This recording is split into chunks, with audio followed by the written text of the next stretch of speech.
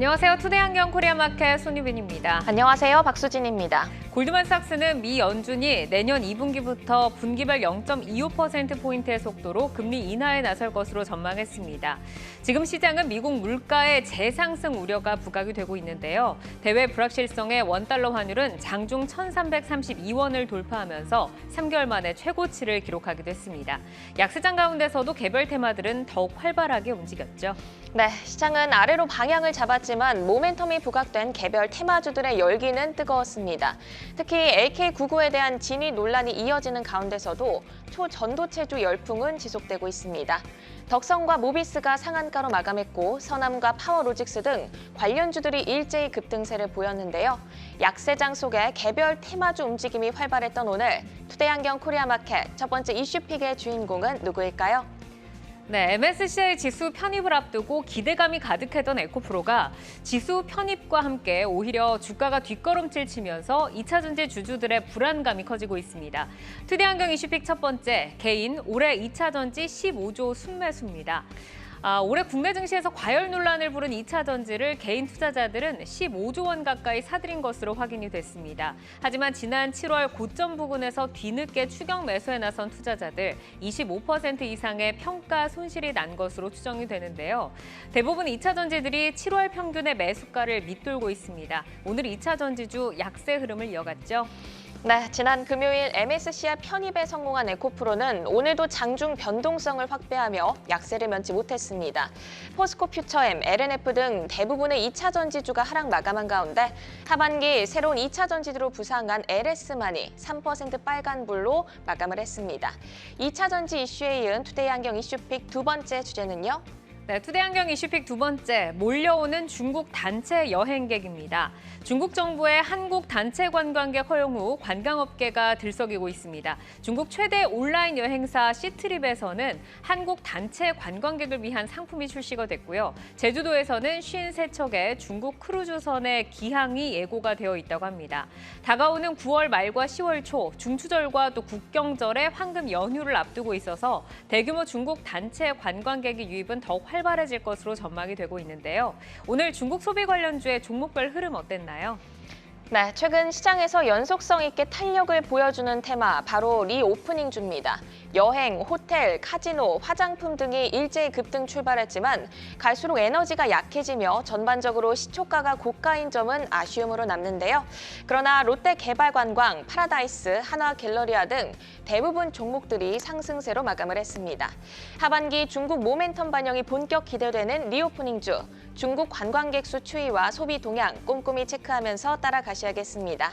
네, 투데이안경 이슈픽 종목 2차 전지와 리오프닝 가운데서 뜨거운 관심을 받고 있는 포스코 퓨처엠과 LS, 파라다이스, 그리고 실리콘투입니다.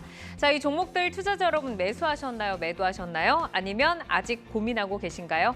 종목들의 최적화된 매매 타이밍을 포착해보는 매도의 기술, 지금부터 시작합니다.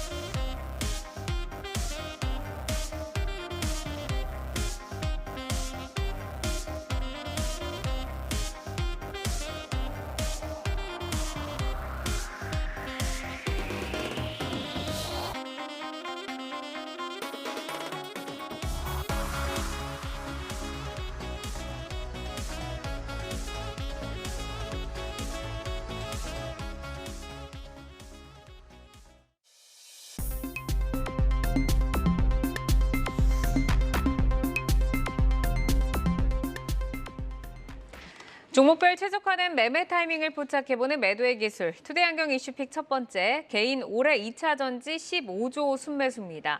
2차 전지 순매수 15조 원을 보면 코스피와 코스닥 시장의 합산 순매수의 무려 4배나 되는 규모입니다. 2차 전지 주가가 흔들리기 시작하면서 이제 지난 7월 고점에 담으신 분들은 불안감이 아무래도 좀 커지는 시간일 것 같은데 2차 전지주가 좀 기다리다 보면 다시 좋은 날이 올 거다라고 좀 믿어야 할지 어떻게 좀 전망을 하고 계실까요, 이사님? 우리가 성장주군에서 시장 환경이 바뀔 때죠. 금리 같은 경우가 대표적으로 미국에서 10년물 국채가 4% 이상으로 위치하고 있습니다. 그러면 우리가 멀게는 뭐 2025년, 2030년 이때 실적을 가지고 와서 반영하던 종목들 같은 경우가 가깝게는 한 1년 정도의 실적을 이제는 하반기니까 가지고 오는 경우가 많습니다. 그렇다 보니 성장주 같은 경우 대표적으로 뭐 2차 전지, 반도체 이런 종목들은 시장 대비 약한 측면이 있고요. 그리고 나서 다시 금리의 톤 같은 경우가 조정이 나타날 때, 즉 뭐 성장주 같은 경우가 반응이 있을 수 있는 환경이 도래를 하면 다시금 실적 같은 경우로 확장해서 반영하는 경우가 많습니다. 그리고 여기에서 앞단에 전방 시장이 훼손이 있는지 없는지 여부를 체크할 필요가 있어요.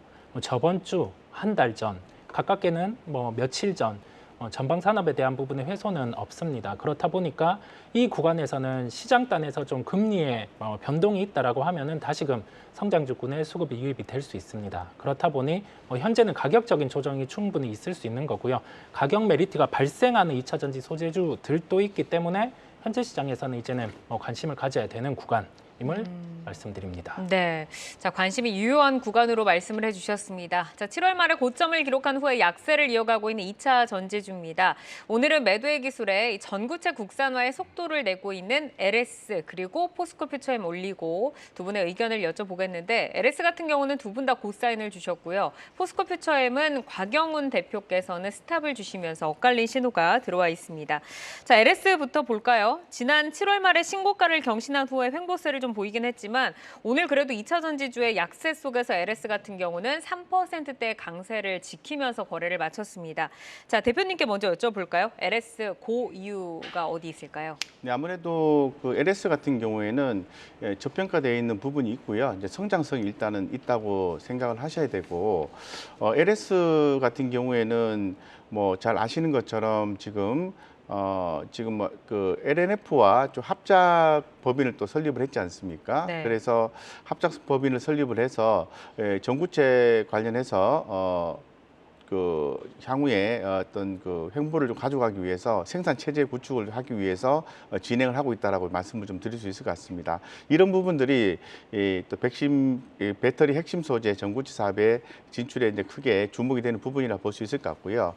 또 그리고 또 그 LS는 황산 니켈 그 황산 니켈이나 전구체에 이어서 폐배터리 재활용 사업까지도 진출할 가능성이 또 높기 때문에 이런 부분에 있어서 성장성도 좀 확보가 되고 있다는 말씀을 드릴게요.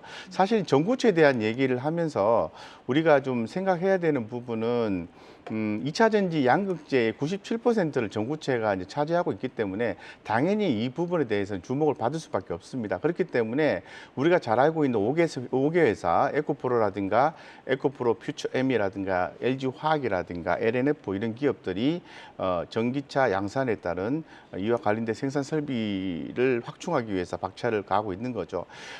지금 뭐 향후에도 또 생산량 증대 계획을 또 가지고 있기 때문에 충분히 성장성이 있다라고 볼 수 있을 것 같고, 이런 부분이 왜 진행이 되냐 하면 아무래도 중국과의 관계에 있어서 우리가 좀 그 자체적인 생산 능력을 갖기 위해서 좀 진행하는 부분이라 볼 수 있을 것 같고요. 두 번째는 또 미국의 그 IRA, 그 인플레이션 감축법과 관련해서 신무역장벽 해소 방안에 의해서 진행이 네. 되고 있다고 볼 수 있을 것 같습니다. 자, 어쨌건 LS는 관련해서 주목이 될 수밖에 없고, 제가 주목하는 것은 싸다. 이렇게 말씀을 드리겠습니다. 알겠습니다. 우선 이제 저평가된 부분, 뭐 LNF와의 합작사에 대한 기대감 그리고 폐배터리까지 진출될 수 있는 성장성을 좀 짚어주셨는데, LS 이제 전구체 투자 행보와 또 생산 규모에 대해서 한번 좀 여쭤보겠습니다. 타 업체와 비교를 해봤을 때 어떤 좀 평가를 내려주실 수 있을까요? 기사님. 재련 업체들 같은 경우 대표적으로 수직 계열화가 되어 있다 보니까 여타 업체들 대비해서 비용의 절감이 한 20% 정도가 나타날 수 있습니다. 그 부분을 우선 반영을 해보고요. 실제 양산 시점 같은 경우에 시점에 밸류를 대입을 해봅니다. 그랬을 때 2025년에서 2026년에 전구체 부분을 양산 예정에 있습니다. 그리고 2029년 기준으로 12만 톤까지 생산량 증대 목표에 있어요. 이 그림대로 지금 실제 나타난다라고 하면은 이 현재 전구체 가격이 빠지지 않는다는 가정을 대입을 해봅니다. 그러면 전기차 시장의 성장 같은 경우로 함께 대입을 해봐요. 그랬을 때는 LS 기준으로 봤을 때 현재 2025년 기준으로 2030년까지 예상되는 보수적인 영업이익이 1조 1천억 원입니다. 여기에서 한 1조 3천억 원에서 2조까지는 영업이익이 증대될 수 있는 요인이 더해집니다. 그렇다 보니 전구체 부분과 관련해서는 물론 가격의 흐름의 추이를 관찰할 필요가 있겠지만은 소재 업체들 같은 경우는 셀 업체들한테 그다음에 완성차 업체들한테 이 소재 가격, 원자재 가격이 올라갈수록 전가를 할 수 있는 구조가 갖추고 있습니다. 그렇다 보니 원자재 가격이 이렇게 빠지는 구간에서는 밸류에이션 매력이 도입되는 종목들은 뭐 매수 대응을 하시면 다시 이렇게 원자재가 돌 때는 플러스 알파 요인이 나타나겠습니다. 네. 자, LNF와의 좀 시너지 효과에 대해서도 좀 여쭤보도록 하겠습니다. 이 LS의 외형 성장이라던가 이익 확장에 어느 정도의 기여를 하게 될 거다라고 기대하실까요, 대표님? 네, 이제 아까도 이제 말씀드린 것처럼 그 LS가 LNF와 합작 법인을 해서 LNF 배터리 솔루션 뭐 회사를 만들고 있지 않습니까? 가칭이지 네. 않습니까? 그래서 아까도 말씀드린 것처럼 배터리 핵심 소재 전고체 사업 이 부분이 지금 상당히 좀 중요한 부분이라고 좀 말씀을 좀 드렸습니다. 그래서 향후에도 뭐 LS 그룹 뭐 지주회사가 또 새만금 쪽에 산업단지 내에서 2029년도까지 연산 12만 톤 규모의 전구체 생산 공장을 착공할 계획이라고 나와 있는데요.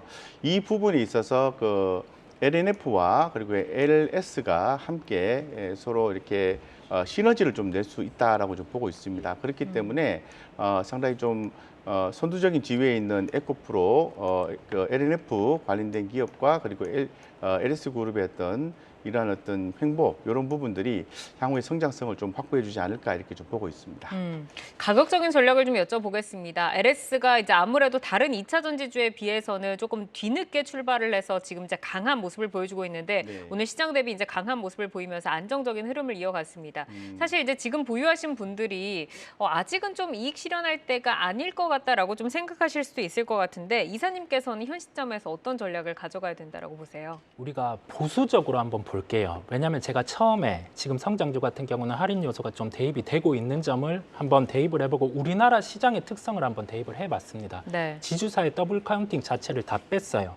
그러면 현재 연간으로 예상되는 영업이익이 9,680억 원대입니다. 지주사 단에 그 더블 카운팅 요소를 빼고 밸류를 감안해도 보수적으로 4조 8천억 원의 시가총액이 가능하게 됩니다. 그러면 목표가는 15만 원이 도출이 되고요. 여기에서 플러스 알파 요인을 말씀드렸습니다. 전구체 실제 증설이 이루어지고 여기에서 실제 양산이 된다. 현재 가격을 대입을 해봤을 때는 여기에서 밸류업이 또 가능한 거죠. 뭐 5조 5천억, 6조 이쪽 단으로 상승할 수 있는 요인들이 존재를 합니다. 그렇다 보니까 장기 사이클에서 우리가 관찰해야 될 점은 현 시점에서 원자재 가격이 어떻게 턴을 하는지 보고 다시 미래 실적을 가지고 올 수 있는 시점 성장에 대한 부분 10년물 국채 같은 경우 4% 이내로 도래했을 때 네. 그런 환경이 되면 또 추가로 부각받을 수 있는 밸류가 있겠습니다. 네, 알겠습니다. 자, 이어서 포스코 퓨처엠도 좀 볼까요? 지난 7월 말에 신고가를 경신한 이후로 5일선이 이제 아래로 점차 지금 내려가면서 오늘도 이제 마이너스로 거래를 마쳤습니다. 자, 여기에서 이제 두 분의 의견이 엇갈렸는데 이성우 이사께 먼저 좀 여쭤보겠습니다. 지금은 이제 뭐 전체적으로 2차 전지가 조금 할인을 받는 구간이기 때문에 좀 비슷한 결로 포스코 퓨처엠도 좋다라는 말씀이실까요? 우리가 성장주 단위 시장에서 할인을 받는 요소가 있을 때 각 종목들 중에서 밸류의 매력도가 들어오는 구간들이 있죠. 가격이 먼저 급하게 하락한 경우에죠. 이런 종목들 같은 경우가 원자재 가격 같은 경우가 턴을 할 때 또는 아까 언급드린 것처럼 성장주가 다시 부각받는 환경이 도래할 때는 반등이 더 빠르게 나타날 수 있어요. 이 특성을 먼저 기억을 하실 필요가 있겠고요. 네. 그렇다고 하면 현재 시점에서 2025년 기준으로 예상 영업이익이 한 9,937억 정도 됩니다. 2차 전지 소재단의 성장에 대해서 감안을 해요. 이 부분에 프리미엄을 주고 현재 가치에서 미래 가치를 가져온 부분에 할인을 대입하더라도 한 40조 정도의 시가총액 타겟이 나옵니다. 가격 메리트가 이제는 돌입하는 구간이겠죠. 매수 타이밍 같은 경우를 뭐 재는 구간이라고 할 수 있겠습니다. 네, 지금 시가총액이 지금 33조인데 이제 40조 정도까지 좀 볼 수 있다라고 좀 말씀을 주셨는데 곽영훈 대표께서는 LS는 고신호를 주셨는데 포스코 퓨처엠은 이제 스탑 사인이 나왔어요. 네. 이유는 어디 있을까요? 일단 회사의 성장적인 측면에서 봤을 때는 당연히 매수를 하고 보유를 하는 전략이 맞습니다. 그런데 우리 개인 투자자 입장에서 봤을 때는 어떤 차트적인 기술이라든가 수급적인 요인을 파악하지 않을 수가 없습니다. 네. 그렇기 때문에 지금 현재 상태에서 제가 스탑을 드린 이유는 일단은 기술적인 측면에서 드렸다고 보시면 이해를 하시면 될 것 같고요. 이 기술적인 측면을 좀 말씀드리면 현재 이제 차트적으로 봤을 때는 단기적인 어떤 상승 추세가 없는 구간으로 일단 판단되고요. 지금 중장기적으로도 지금 하락 추세로 좀 전환되고 있는 상황이기 때문에 기술적으로 추가 하락 가능성도 있어 보입니다. 그리고 이제 수급적인 면에서 보면은 이제 공매도가 이제 집중된 매물대를 주가가 이제 상향 돌파를 할 수도 있는 그런 시점이거든요. 그래서 뭐 상승을 좀 기대할 수도 있긴 합니다만은 그래도 어떤 차트적 관점에서 더 좀 상황을 보시고 일단은 비중을 축소하신다든가 그런 전략을 취해 놓았다가 다시 흐름을 잡아간다 그러면은 기회를 놓치지 말고 바로 비중을 키워서 가져가는 전략이 맞다라는 거죠. 네. 왜 그렇게 후단에서 이렇게 말씀드리냐 하면은 내용적인 면에서의 성장성은 그 누구도 부인하지 않기 때문에 네, 그렇습니다. 알겠습니다. 그렇기 때문에 기술적으로 좀 먼저 좀 네. 대응을 하자 이렇게 말씀 좀 드리겠습니다. 그러니까 기업의 성장성은 이제 고사인을 주실 수 있지만 지금 차트가 훼손된 구간에서 이 추세를 돌리는 그 구간에 좀 집중을 해보자라고 좀 말씀을 주셨는데 한번 좀 미래를 볼까요? 2030년에 이제 양극재 분야의 글로벌 탑티어를 목표로 하고 있는 회사가 바로 포스코 퓨처엠인데 현재 광양에 전구체 공장을 건설을 하고 있고요. 또 포항에도 추가로 건설을 추진하고 있는 걸로 알고 있습니다. 자, 포스코 퓨처엠의 전구체 투자 행보 그리고 생산 규모 앞으로 좀 그 업계 내에서 어느 정도의 경쟁력 강화 예상을 해볼 수 있을까요, 이사님? 우리가 수치로는 2025년에 34만 톤, 2030년엔 61만 톤을 목표로 하고 있습니다. 이 부분은 2025년과 2030년에 전기차 같은 경우가 내연기관차를 대체하는 폭이 어느 정도 되는지 여부가 가장 중요합니다. 우리가 지금 예상하고 있는 것은 2030년 기준으로 내연기관차를 50% 정도 대체할 수 있다라고 예상을 하고 있고요. 그렇다고 하면 2025년에서 2030년 이 구간에서의 그 전구체, 그다음에 기타 소재의 성장 같은 경우는 현재 시점보다는 더 나타날 수 있습니다. 그 부분을 우선 생각해 볼 필요가 있겠고요. 네. 여기에 더해져서 가깝게는 원자재 가격의 추이입니다. 니켈, 코발트, 망간 이 가격 추이가 가까운 주가에는 중요할 수 있어요. 그다음에 여기에 더해져서 이 증설 그림보다 더 증설을 추진한다라고 하면은 단독 증설이 아닐 거예요. 이제 기타 이제 셀업체, 뭐 조인트 벤처 그런 요소가 있을 수 있기 때문에 장기 성장 그림은 오케이라는 점을 말씀드립니다. 자, 공매도를 또 말씀을 해주셨는데 이 수급에 대해서 또 여쭤보겠습니다. 사실 그 개인의 매수가 그간은 공매도를 또 이기는 분위기가 나타나면서 쇼커버를 기대하는 그런 좀 분위기도 있었잖아요. 지금 이제 공매도 추이나 앞으로 좀 수급 동향에서 투자자들이 주목해야 될 내용 어떤 것들이 있을까요, 대표님? 예, 일단 지금 현재 그 공매도가 좀 나와 있잖아요. 그래서 우리가 이제 공매도 차트를 가지고 이 본 종목을 대응해 볼 필요가 있을 것 같은데 일단은 대응을 할 때는 이제 두 가지가 있습니다. 5일 공매도 추정가라는 게 있고요. 20일 공매도 추정가라는 게 있습니다. 네. 그래서 5일 공매도 추정가는 39만 4천 원이고 20일 공매도 추정가는 34만 9,230원이거든요. 예, 그런데 제가 생각하는 건 뭐냐면은 이 숫자를 34만 9천 원, 그러니까 39만 원 밑으로 깨지면 일단은 비중을 일부 줄이는 게 맞아요. 공매도 비율 차트 개념으로 봤을 때 비중을 줄이고 하방을 어디서 노리냐면은 34만 9천 원대에서 보셔야 돼요. 그래서 34만 9천 원 지지받고 다시 또 이렇게 올라와주는 쇼커버 현상이 발생해 준다면 그때 다시 비중을 늘리셔도 된다는 거죠. 근데 만약에 39만 4천 원대를 하향 이탈을 하고 네. 다시 34만 9천 원 밑으로 빠지면은 상당 부분 비중을 줄인 상태에서 그 다음에 추이를 지켜봐야 된다는 거죠. 예, 그렇기 때문에 현재로서는 기준 가격대를 39만 4천 원 정도로 가져가시고요. 그 다음에 2차적인 기준 가격을 34만 9천 원 이렇게 해서 단계적으로 비중 축소 개념으로 먼저 가고 그 다음에 제가 말씀드린 가격이 회복이 되면은 다시 비중을 넓히는 그런 가격 전략을 취하신다면은 네. 좀 좋지 않을까 이렇게 좀 생각하고 있습니다. 그러니까 네. 공매도의 추이를 볼 때 5일 공매도 추정가, 20일 공매도 추정가를 네. 보고 이제 그 기준을 이탈하는가를 좀 살펴보자라고 좀 말씀을 그렇죠. 주셨습니다. 자, 포스코 퓨처엠이 지난 7월 고점 대비해서는 무려 40% 가까이 지금 하락을 했고요. 하지만 중장기적으로 보유하신 투자자들은 당연히 지금 충분한 수익 구간이기는 한데 여기서 좀 어떻게 좀 전략을 짜가야 할지 궁금합니다. 우선 고사인 주셨으니까 이사님께서는 어떤 전략 주시겠어요? 2차 전지 소재단의 성장을 감안했고 이 부분을 현재 가치로 가지고 왔습니다. 그랬을 때 보수적인 그 수치들을 대입하더라도 현재 가격에서 원자재 가격이 밀리는 측면, 그다음에 여기에서 양극재, 기타 전구체 이 부분에 대해서 수치를 대입해 봤을 때는 시가총액 40조 타겟이 나오고요. 가격은 1차적으로 51만 원입니다. 여기에서 원자재 가격이 턴을 하는 요소를 보여주고 이제 셋업체로 또 전가할 수 있는 그런 가격의 상승이 나타난다고 하면은 이 목표가는 상향이 가능합니다. 네, 이 부분을 기억하시면 되겠습니다. 네, 알겠습니다. 자, 이어서 리오프닝주 볼까요? 오늘도 이 약세장 속에서도 뜨거웠는데 중국의 이제 한국 단체 여행객 허용이 시작되자마자 좋은 소식들 들려오고 있습니다. 시트립이죠. 시트립에 한국 상품 속속들이 등장을 하고 있고 제주도는 하루 만에 53척의 중국 크루즈선이 기항을 예약했다라는 소식입니다. 자, 그렇다면 이제 중국의 단체 여행객의 방문이 실질적으로 어느 정도의 소비 확장 효과를 가져오게 될지 궁금한데 대표님 의견 여쭤볼까요? 일단 구분해서 좀 생각을 해볼 필요가 있을 것 같습니다. 과연 이들이 한국에 와서 무엇을 할 것인가라는 측면에서 한번 봐야 될 것 같고요. 중국 관광객의 어떤 단체 방문은 큰 재료인 건 맞죠. 그래서 먼저 한국에 와서 중국 관광객이 왔을 때 어느 쪽으로 어떤 일을 할 것인가 보면은 먼저 이제 쇼핑하고 유흥 쪽입니다. 그래서 면세라든가 화장품, 카지노 쪽이 주목받겠죠. 그 다음에 이제 덕질 관광이라고 해서 엔터테인먼트입니다. 그래서 연예인을 이렇게 구경하러 간다든가 네. 그런 덕질 관광이 예상이 되는 거고 상당히 좀 눈에 띄는 부분은 이제 의료 관광이거든요. 그래서 미용 기기라든가 시술을 얘기하는 건데 요걸 조금 더 자세히 말씀을 드리면 이 K 의료 관광의 어떤 그 관광을 하면서 뷰티 여행을 하고 있는 거죠.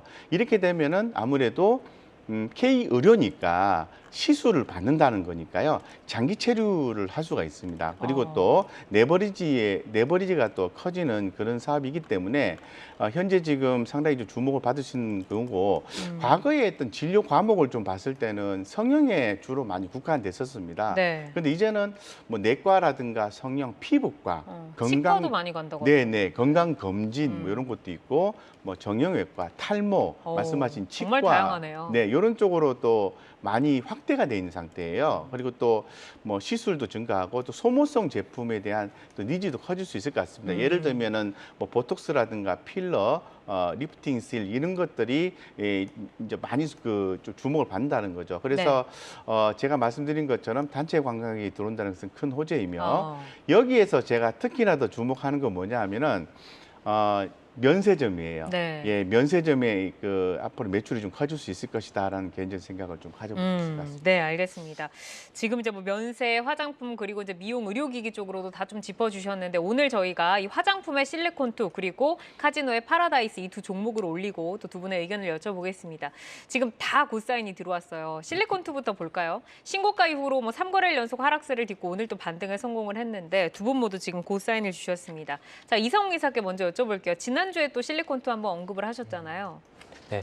현재 시점에서는 신규 매수를 하시는 분들은 조금 쉽지 않을 수 있어요. 정고점을 넘기는 밸류로는 좀 부담이 있을 수 있습니다. 보유하고 계신 분들은 여기에서 고려를 해야 될 점이 2분기 실적이 우선은 긍정적이었습니다. 올해 예상 영업이익이 한 360억 원이었습니다.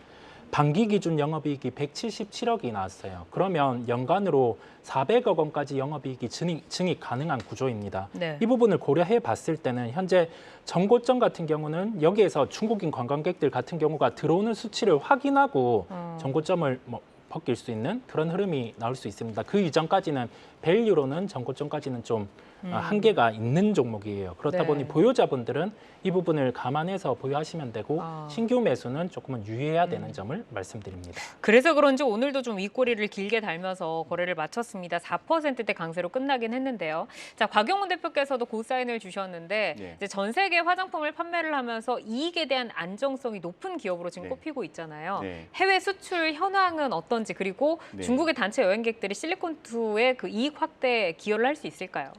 아무래도 지금 실리콘2를 보는 이유는 이제 성장성입니다. 그래서 과거에도 보시면은 2021년 초반부터 해서 계속해서 지금 분기별 매출액이 좀 성장을 하고 있는 그런 상황이거든요. 이런 부분들을 우리가 좀 더 주목을 해봐야 될 것 같습니다. 그래서 지금 3분기 같은 경우에도 뭐 큰 폭의 성장과 4분기도 큰 폭의 성장성이 있을 것으로 좀 보고 있는 상태거든요. 네. 그리고 이제 제가 좀 이따가 중국 관광객 관련해서도 간단하게 코멘트를 드리겠습니다만은 큰 그림으로 봤을 때는 이 실리콘2가 아마존에서 직판 형태가 아니고 이제 그 아마존 풀필먼트를 통해서 매출이 발생하고 있기 때문에 최근에 그 아마존의 어떤 그 영업이익이 되게 좋았거든요. 그래서 이 풀필먼트 쪽에 성장성이 있었기 때문에 그런 부분에 주목하고 있고 특히 이제 미국 매출인데요. 전년 동기 대비해서 3분기에는 168% 정도 증가를 한다고 하고 네. 전분기 대비해서도 뭐 46%나 증가하고요.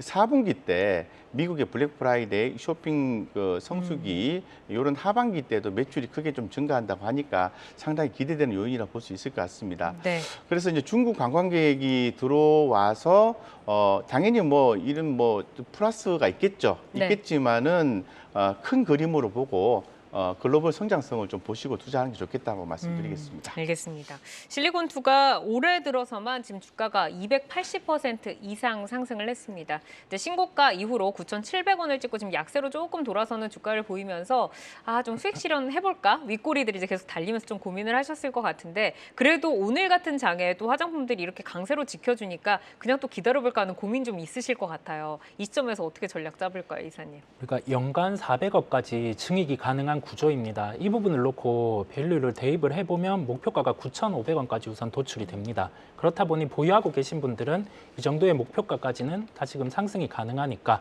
가격을 보시면 되겠습니다. 네, 알겠습니다. 자, 이어서 파라다이스로 넘어가 볼까요? 2분기 호실적에 중국 단체 관광 소식까지 전해지면서 4거래일 연속 상승을 하고 있고요. 오늘도 이제 뭐 좀 장 초반에 더 강하긴 했지만 그래도 3%대로 마감을 했습니다. 자, 두 분 다 고사인 주셨는데 곽영훈 대표께서도 이제 고사인을 주셨어요. 전반적으로 카지노 쪽 다 좋게 보시는 건가요? 지금 요번에 이제 카지노 같은 경우에 뭐 요번에 부각이 좀 된 거죠. 그래서 뭐 중국 단체 관광객보다는 이제 중국 정부의 내수 부양 의지가 확산이 되게 되면은 이 파라다이스도 수혜를 입을 것이다라는 게 주 핵심이거든요. 그래서 지금 뭐 이 파라다이스 같은 경우는 직접적으로 한국 단체 관광객이 들어옴에 따라서 직접적으로 영향을 받는다 보지는 않습니다. 네. 보지는 않고요. 이제 중국에서 제가 말씀드린 것처럼 내수 부양이 의지가 커지고 카지노 쪽도 주목을 받으면은 그에 대한 어떤 반사이익을 볼 수 있는 구간에 있는 카지노주다라고 좀 보시면 될 것 같습니다. 그러니까 실질적으로 실적이 찍히지 않더라도 약간 이제 모멘텀으로 돌아올 수 있다. 자, 이성 이사께서도 이제 고사인을 주셨는데 과거에 조금 데이터를 봐볼게요. 뭐 이제 파라다이스가 중국 단체 관광객이 없는 상태에서도 2분기에 최대 영업이익을 지금 기록을 했는데 단체 관광객이 들어온다고 하면은 얼마 정도나 좀 기대를 하고 계실까요? 우리가 일본 VIP 영향으로 2분기 실적이 긍정적이었습니다. 지금 중국 관광객이 들어온다고 하면 4분기 실적부터 반영이 되겠고요. 그러면 올해 예상 영업이익이 1,551억입니다. 이 부분을 반영을 해봤을 때 1,800억까지는 증익 구조가 나오게 돼요. 이 부분을 감안하시면 되겠습니다. 지금 이제 파라다이스가 뭐 카지노도 있고요. 또 복합 리조트 시설이 있잖아요. 파라다이스 시티를 통해서도 이제 단체 관광객 모객으로 뭐 이런 실적 개선도 좀 기대가 되고 있는데 하반기에 최대 영업이익 경신 이어질 수 있을 거라고 보실지 대표님 어떻게 보세요? 네, 아까 제가 말씀드린 것처럼 중국 정부의 이제 규제 의지에 의해서 좌우가 된다고 말씀드렸는데 사실 그 동사 같은 경우에는 이 고액 자산가를 대상으로 영업을 좀 하기 때문에 당장의 뭐 단체 관광객에 대한 어떤 기한 이런 부분에 의해서 영향은 좀 제한적이라고 역시 좀 볼 수밖에 없다고 다시 한 번 더 말씀드리고 내수 부양이라든가 중국 쪽에서 이런 어떤 모습들이 나와준다면은 저는 뭐 전체적으로는 뭐 카지노주가 좋아질 수 있을 거다라고 보고 있는 거죠. 그래서 네. 이제 개인적으로는 카지노주 좀 투자하는 걸 좀 부담스럽다 생각하거든요. 근데 시장에서는 좋게 보고 있는 그런 상황입니다. 그래서 저는 지금 상태에서는 카지노 별로 안 가고 싶거든요. 제 생각에는. 그래서 네. 어쨌든 그렇습니다. 그래서 뭐 파라다이스 내용상으로 분석적인 내용에서 봤을 때는 좀 스탑은 아니니까 그거라고 좀 말씀을 좀 드리고 싶네요. 그러니까 시장의 분위기에 따라서 지금 카지노가 올라오고 있기 때문에 고사인을 주시기는 했지만 개인적으로는 뭐 이런 리오프닝에서 투자를 하신다면 카지노 쪽은 가지 않겠다. 네, 그렇죠. 네, 라는 이제 말씀을 좀 주셨습니다.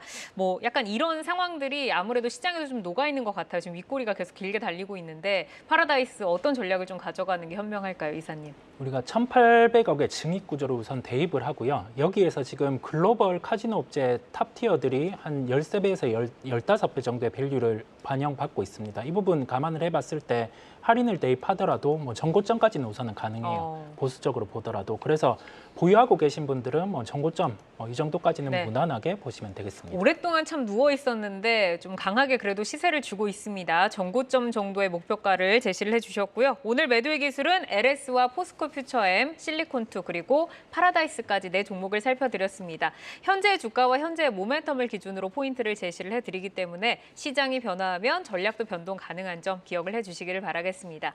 계속해서 이슈와 모멘텀 팔로우하면서 여러분의 전략 체크해드리겠습니다.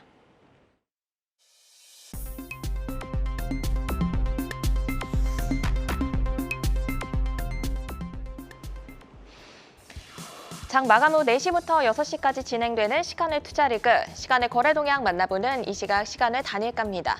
정규장 마감 후 오후 4시부터 6시까지 10분 단위로 시간의 단일가 거래가 이뤄지는데요. 시간의 주요 종목 등락률 실시간으로 생생하게 전달해 드리겠습니다. 그럼 이 시각 시간의 단일가 코스피 상승률 상위부터 함께 보겠습니다. 네, 어떤 종목들 올라와 있는지 보시면 아모레지 우선주가 5.8% 강세 보이면서 코스피에서 가장 크게 움직이고 있습니다. 뒤를 이어서 토니모리도 이름을 올리고 있는데요. 4거래 연속 상승하고 있는 종목이죠. 오늘 큰 변동성 보이다 강보합에 마감을 했는데 시간에서 다시금 힘을 내주고 있습니다. 5.5% 상승한 6,900원 선 터치하고 있고 오늘 정규장에서 큰 움직임 보이지 않으면서 보합에서 마감했던 DB금융투자도 4% 강세 보이면서 이름을 올리고 있습니다. 계속해서 코스닥 상승률 상위 보겠습니다. 네, 솔리드가 8% 강세 보이면서 5,480원 터치하고 있고요. 매스이상 보시면 전시와 컨벤션 주최 사업을 하고 있습니다. 이 종목 역시 4% 강세 보이면서 2,990원 선 지나가고 있습니다. 세와 PNC 볼까요? 화장품주로 연일 강세를 보이고 있습니다. 4거래 연속 빨간불 들어오고 있는데요. 시간에서도 7% 상승하면서 1,222원 선에 지나가고 있습니다. 이번에는 코스피 하락률 상위 보겠습니다. 네, 경동 나비엔이 9% 낙폭을 키우고 있습니다. 2분기 실적을 발표했는데요. 영업이익이 199% 증가했다고 밝혔습니다. 하지만 그동안 많이 올랐던 탓일까요? 차익 실현 매물 쏟아지고 있습니다. 또 HD 현대에너지솔루션도 1.6% 하락하고 있고 자동차 부품주인 서현이와 오늘 8% 약세 보이면서 아쉬운 모습 보였는데 추가적인 하락 이어지고 있습니다. 5.3% 하락하면서 19,980원 선 지나가고 있네요. 마지막으로 코스닥 하락률 상위도 볼까요? 네, 올리패스가 9%까지 하락률 키우고 있습니다. 반기 감사 의견에서 부적정 등의 사실이 확인됐다는 공시 올라오면서 현재 9%까지 낙폭을 키우고 있는 모습 확인하실 수 있습니다. 아진산업도 보이고 있는데요. 자동차 부품주로 역시 8% 이상 하락하면서 5,530원 선 지나가고 있습니다. 또 셀트리온 헬스케어 보겠습니다. 2분기 매출액이 5,258억 원이 나왔습니다. 상반기 매출이 처음으로 1조 원을 돌파했는데요. 하지만 영업이익이 28% 감소했다는 소식 전해지면서 시간에서 3.4% 정도 밀리고 있습니다. 68,100원 선 지나가고 있네요. 이렇게 이 시각 시간의 단일가 살펴봤는데요. 시간의 단일가 매매는 오후 6시까지 10분 단위로 매매가 체결됩니다. 모멘텀과 거래량 등 꼼꼼히 살펴보시고 시간에서도 성투 전략 세워가시길 바랍니다. 시간의 단일가 거래 동향, 잠시 후 시간의 단일가 특징주를 통해서도 확인하실 수 있습니다.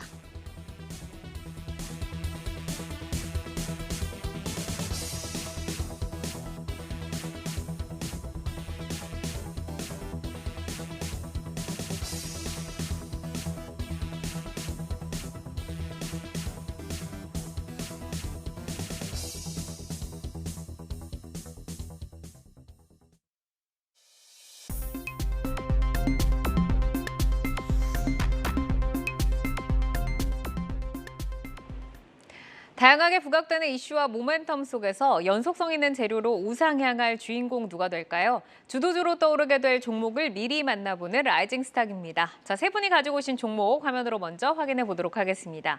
한중현 파트너 GI 이노베이션 가지고 오셨고요. 이성우 이사 BHI 그리고 곽영훈 대표 글로벌 텍스프리 가지고 오셨습니다.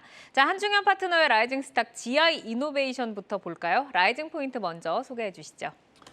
네, 라이징 포인트로 이제 드디어 저평가 국면 해소라고 한번 좀 말씀드려 보겠습니다.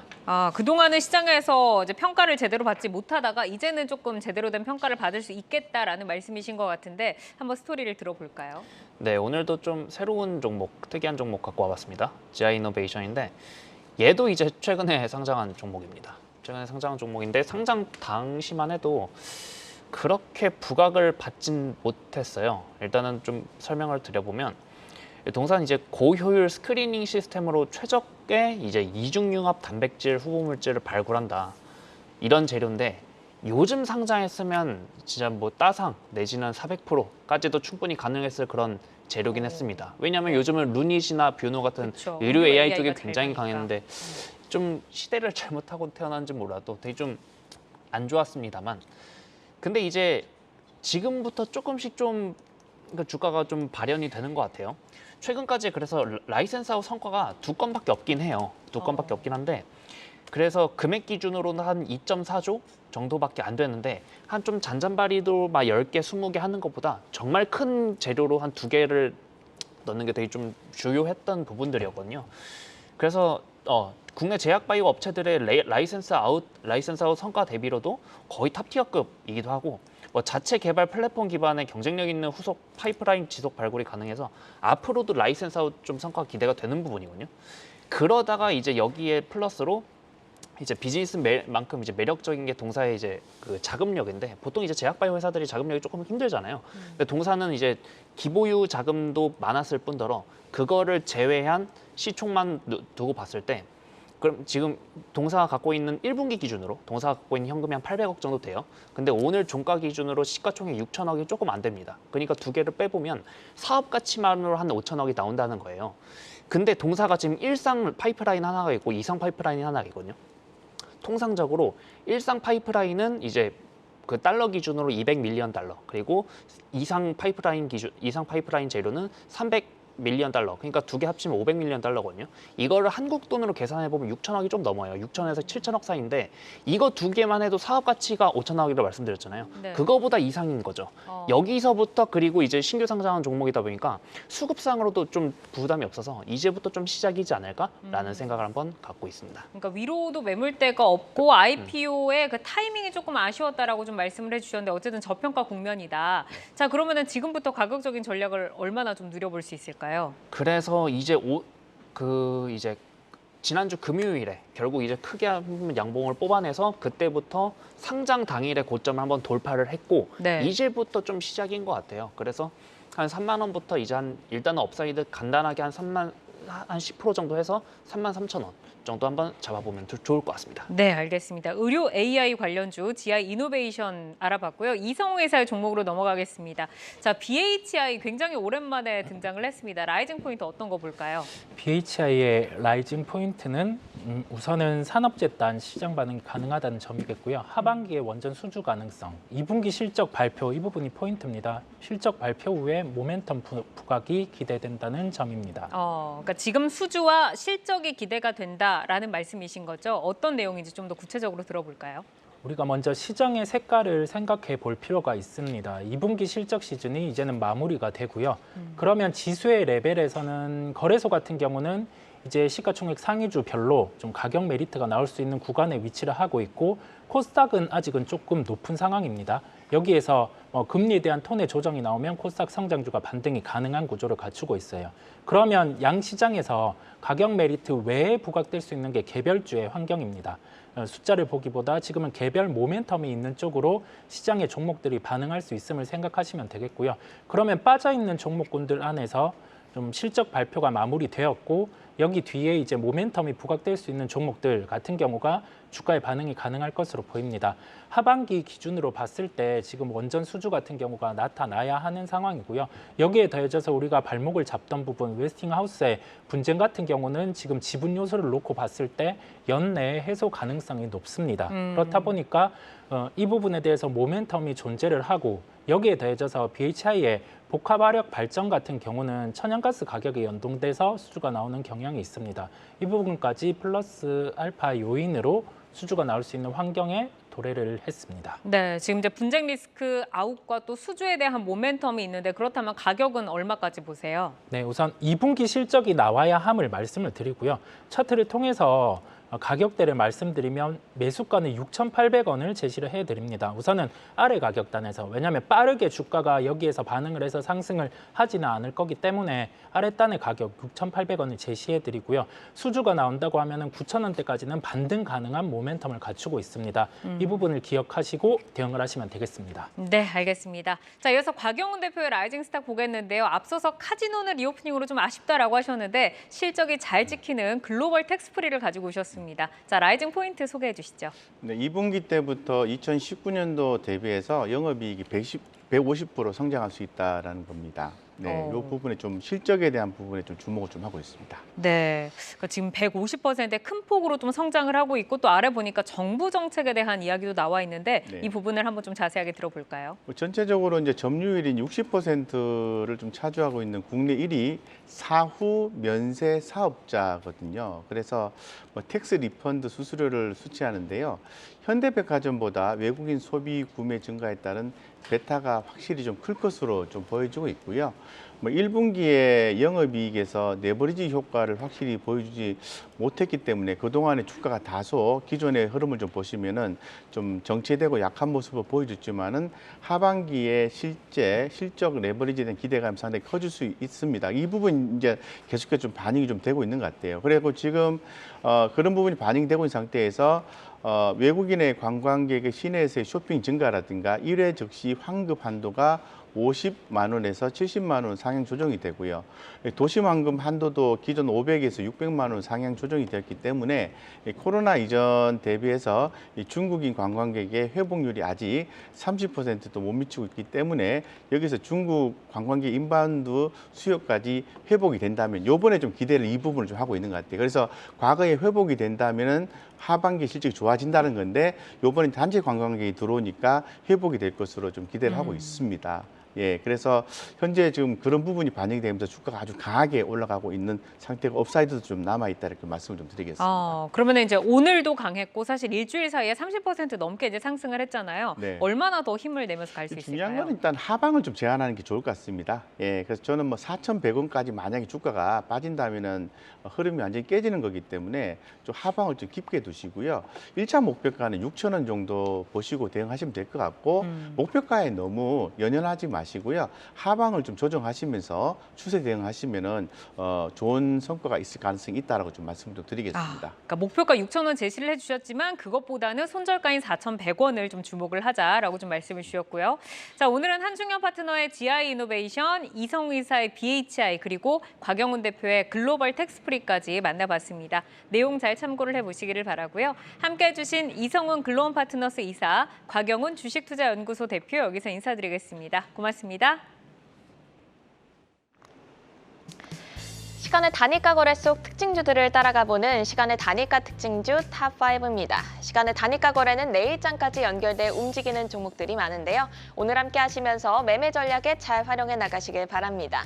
그럼 특징주 5위부터 확인하겠습니다. DA 테크놀로지 올라와 있습니다. 히토류를 원료로 쓰지 않는 전기차 모터 개발 소식을 전하면서 오늘 9% 급등했습니다. 시간에서도 빨간불 이어지네요. 0.7% 상승하고 있습니다. 4위 종목은 토니모리, 화장품주가 올라왔습니다. 4거래 연속 상승하고 있습니다. 오늘은 큰 변동성 보이다 강보합으로 아쉽게 마감했는데요. 시간에서 다시금 매수세 들어오고 있습니다. 3% 상승하고 있네요. 3위는 코퍼스 코리아입니다.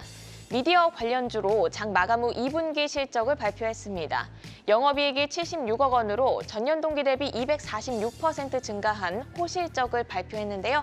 이 소식 전해지자 시간에서 강세 보이고 있습니다. 2% 상승하고 있네요. 2위는 데이터 솔루션 업체인 엑셈 올라왔습니다. 지난 금요일 역대 2분기 실적 중 최대 매출과 영업이익을 달성했다는 소식 전해졌는데요. 3거래 연속 빨간불 켜면서 오늘도 21% 급등했습니다. 고점 부근에서 마감을 했는데 시간에서 강한 기세 이어지고 있네요. 4% 상승하고 있습니다. 대망의 1위 종목은 솔리드입니다. 통신장비 제조업체로 2분기 호실적이 전망되고 있는 종목입니다. 오늘은 약보합권에서 마감을 했지만 시간에서 시세 분출하고 있습니다. 9.9% 상승한 상한가로 들어가 있습니다. 네, 그럼 시간의 단위가 특징주 4위 토니모리부터 살펴보겠습니다. 화장품 제조업체로 중국 단체 관광객 허용에 리오프닝주로 부각이 되고 있습니다. 오늘 발표된 2분기 실적도 좋았는데요. 연결 기준으로 영업이익이 26억 원으로 전년 동기 대비 189% 정도 증가했습니다. 시초가가 좀 강한 흐름에 비해서 강보합권에 마감을 하면서 아쉬웠는데요. 현재 시간에서 3% 강세 보이고 있습니다. 향후 주가 전망 들어볼까요? 네, 그 토니모리 말고도 그냥 이제 중국향 소비재 기업들 다 같이 이제 좀 묶어서 좀 얘기를 해보면 좋을 것 같습니다. 일단은 뭐 다들 아시겠지만 지난주 목요일부터 좀 관련주들이 좀 강세를 보였죠. 그리고 오늘이 월요일입니다. 목, 금, 월 3일 동안 되게 좀 강세를 보였습니다. 일단은 밸류에이션 상으로도 그리고 기술적으로도 지금은 누가 봐도 과열 구간이라고 보일 것 같습니다. 그러면 이제 여기서부터는 옥석 가리기일 텐데 한번 이제 생각을 해봐야 되는 거예요. 이제 중국인 단체 관광객들이 우리나라로 들어오는 거지. 그러면 우리나라 인바운드 내수가 좋아지는 건지, 우리나라가 중국으로 수출을 하는 그런 종목들은 사실 그 수혜 강도가 그렇게 좋지는 않을 수도 있거든요. 근데 지금은 너도 나도 그냥 중국이랑 관련됐다 하면 다 같이 오르는 점이 이제 이 부분은 조금 좀 부담으로 느껴지기도 하고, 그렇게 봤을 때, 그리고 두 번째, 중국인들이 과연 이제 한 6년 만에 재개된 겁니다. 6년 만에 재개됐는데 6년 만에 재개돼서 한국에 왔을 때 6년 전이랑 똑같이 화장품만 사갈까? 아니면 한국에서만 할 수 있는 경험을 이제는 조금 더 추구를 할까? 이 부분을 좀 생각을 해보면 사실 화장품 관련주들이 그냥 머릿속으로는 괜찮아 보이겠지만 실제 따져보면 그렇게 수혜 강도가 크지 않을 수도 있거든요. 그렇게 봤을 때 토니모리가 좀 가장 대표적인 그런 테마주일 텐데, 이제 나오겠지만 한국 화장품, 코리아나, 코스맥스, VD, 한국콜마홀딩스 다 좋은 거 알겠는데 과연 그동안 좋았던 거지 중국인들이 새로 와서 더 좋아지느냐, 이거는 조금 다시 한번 생각을 해봐야 된다. 그래서 이제 내일 휴일이죠. 내일 휴일이니까 휴일 동안 차분하게 생각해서 이제 8월 16일 수요일부터 다시 한번 좀 매매의 전략을 짜봐야 되지 않을까 싶지만, 어쨌든 누가 봐도 과하긴 하다. 좀 이렇게 한번 말씀을 드려보겠습니다. 네, 3거래일 연속 강세를 보이고 있는 중국 소비 관련주 체크를 해봤는데 밸류상 좀 과열 구간인 만큼 보수적인 관점에서 말씀을 해주셨습니다. 오늘장 특징주로 이어서 MSCI 신규 편입 종목 알아보겠습니다.